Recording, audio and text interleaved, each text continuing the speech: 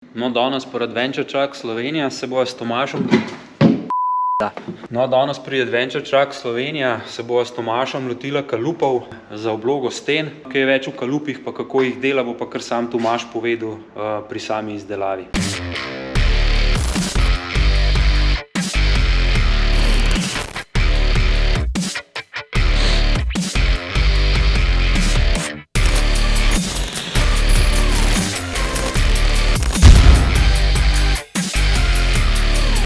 Jaz ti jemljem za te kalupe, da si jih kol pa 10-20 mm topol, to je cenovno še tam, da ga razhiraš pa da ga pač imaš.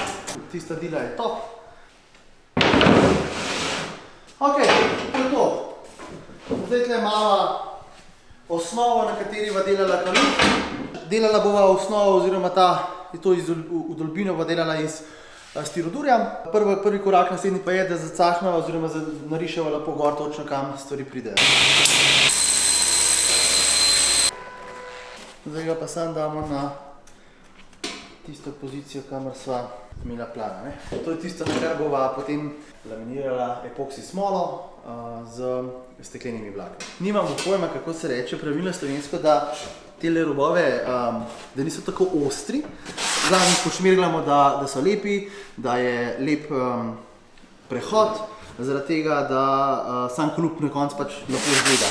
Evo, imamo epoksi smola, treba bi zelo natančen, ko jih mešaš. Javno povem, da hujšanka, ali nim čokolade. Jenač, gremo, tole akcija. Na čokolado. Ne, hvala, ne bom, ne smem, kaj hujšanka.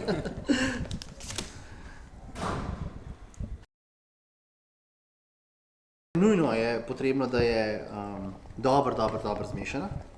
Gre se za to, da s to epoksi smolo zaščitimo stirodur pred nadaljnjo obdelavo. Naslednja zadeva, ki gre gor, je kit oziroma špickit, ki pa seveda, ker je topilo, stopi stirodur, tako da je pač epoksi zaščit, da potem ta oblika ostane taka, kakor je.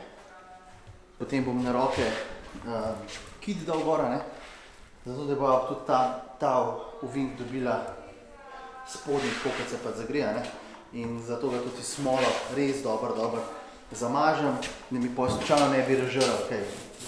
Kakor ste zdaj v videu videli, smo začeli delati kalupe za stenske obloge, oziroma Tomaš jih je začel. Jaz mu pri tem, zdaj dosti pri teh kalupih ne morem kaj veliko pomagati. Bom pa vse malo posnel, pa da boste nekako videli postopek same izdelave teh kalupov in pa pol oblog stenskih. Če bo pa kako vprašanje, bo pa Tomaš z veseljem odgovoril.